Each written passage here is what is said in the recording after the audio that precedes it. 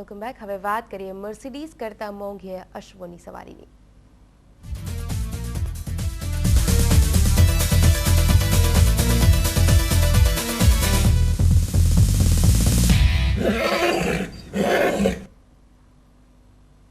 પૌરાણિક સમયથી જ અશ્વોને શાન ગણવામાં આવે છે અને આ રાજા મહારાજાઓનો શોખ હવે એક સ્ટેટસ બનતો જાય છે। તમને જાણીને નવાઈ લાગશે કે સારા અશ્વના માલિક હોવું તે 2 મર્સિડીઝના માલિક હોવા બરાબર ગણાય છે અને નવાઈની વાતો એ છે કે હવે અશ્વને પણ પેઇંગ ગેસ્ટની જેમ પેઇંગ અશ્વ તરીકે ઓળખાય છે। અશ્વને ગણાય છે શાન। 40 થી 50 લાખનો એક અશ્વ 2 મર્સિડીઝ સમાન પેઇંગ ગેસ્ટની જેમ પેઇંગ અશ્વ।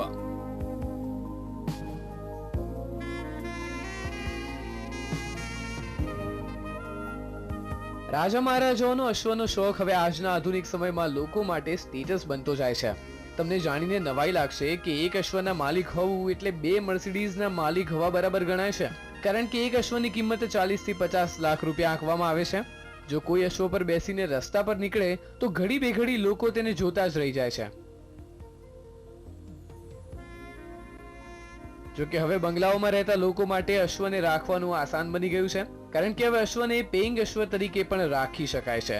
જે લોકો પોતાના ઘેર અશ્વને ન રાખી શકતા હોય તેઓ અશ્વને પેઇંગ અશ્વ તરીકે રાખી શકે છે।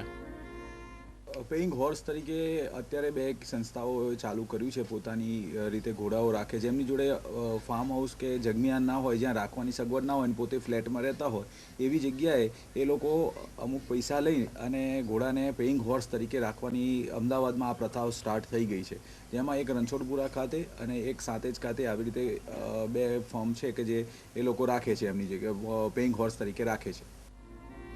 જોકે હવે સારી નસલના અશ્વ મળવા મુશ્કેલ બનતું જાય છે, જેથી જ લોકો ઊંચી કિંમત આપીને સારી નસલના અશ્વ ખરીદતા હોય છે, તો બીજી તરફ મોંઘવારીને હિસાબે અશ્વનો ઉછેર કરવો મોંઘું થઈ રહ્યું છે। ઘોડાનો અપ્રોક્સિમેટલી 5000 રૂપિયા જેવો ખર્ચો પર મંથ બેસે છે, થાય છે, જેમાં એનો ઘાસચારો, દાણો, માણસનો ખર્ચો, ખર્રા બ્રશનો માલિશની અને ટ્રેનિંગ આટલું અંદર ઇન્ક્લુડ થઈ શકતું હોય છે।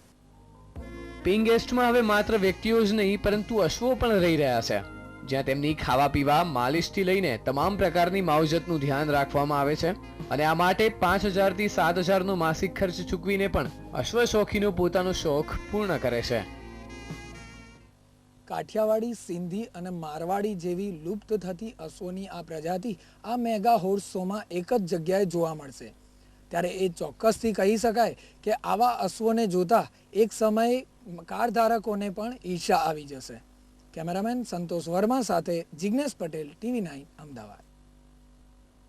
અશ્વની વિવિધ પ્રજાતિઓ વિશે ઓળખ મેળવવી એ ખરેખર મુશ્કેલ બાબત છે। ઘણી વખત કુશળ ઘોડે સવાર પણ અશ્વની પ્રજાતિને ઓળખવામાં માર ખાઈ જતો હોય છે, ત્યારે હવે અમે તમને જણાવીશું અશ્વની જુદી જુદી જાતિઓ વિશે। કચ્છી અને સિંધી ઘોડાઓ પણ હોય છે, તો એ કઈ કઈ રીતે ઓળખાતા હોય? મારવાડી ઘોડા, કાઠિયાવાડી ઘોડા અને સિંધી એ 3 ભારતીય મૂળ નસલના ઘોડાઓ છે, જેને તેના આકારના આધારે જુદા જુદા વિભાગમાં પાડી શકાય। જેમાં કાઠિયાવાડી ઘોડાનું ફોરહેડ છે, એટલે જે માથું છે એ અંદરથી દબાયેલું હોવું જોઈએ, એના નાકના ફોરણા મોટા હોવા જોઈએ, આંખો બલ્જિંગ એટલે કે બહારની તરફ નીકળેલી હોવી જોઈએ, કાન આ મારવાડી ઘોડા કરતાં કાન એ કાઠિયાવાડી ઘોડાના નાના હોય છે, જ્યારે આની હાઇટ કાઠિયાવાડી ઘોડાની મારવાડી ઘોડા કરતાં થોડીક ઓછી પ્રમાણમાં 14-2 થી ઉપર ના હોવી જોઈએ। તેનો ડાબ મોટો અને પેસ્ટન્સ નાના હોય, ગાળા નાના હોય છે, જ્યારે મારવાડી ઘોડાના પેસ્ટન્સ એટલે આ ગાળા કહેવાય, એ એના પ્રમાણમાં સંલગ્ન હોવા જોઈએ, એના ડાબા એની પ્રમાણમાં એ હોવા જોઈએ। જ્યારે સિંધી ઘોડો, ફરીથી આપણે એના ફેસ ઉપર આવીશું, સિંધી ઘોડાનું ફેસનું જે આ ફ્લેટ ફેસ છે એની જગ્યાએ ઉપસેલું માથું હોય, જ્યારે એના કાન ખુલ્લા બાઘા કાન રાખતા હોય છે અને જે કાન છૂટા રાખે, જે આ કાન મળાવી દે છે, એકબીજાને ટચ કરે છે, એ રીતે ના હોય। જ્યારે એનું પૂંઠું થોડુંક પૂંઠા ઉપર આવીએ તો ધીરે રહીને વેધર્સ થોડાક જે આ ફ્લેટ સીધા વેધર્સ છે એની જગ્યાએ નીચે ઢાળું પડતા વેધર્સ હોય અને કોકવાર એની મોડરેટ બેક પણ હોઈ શકે છે।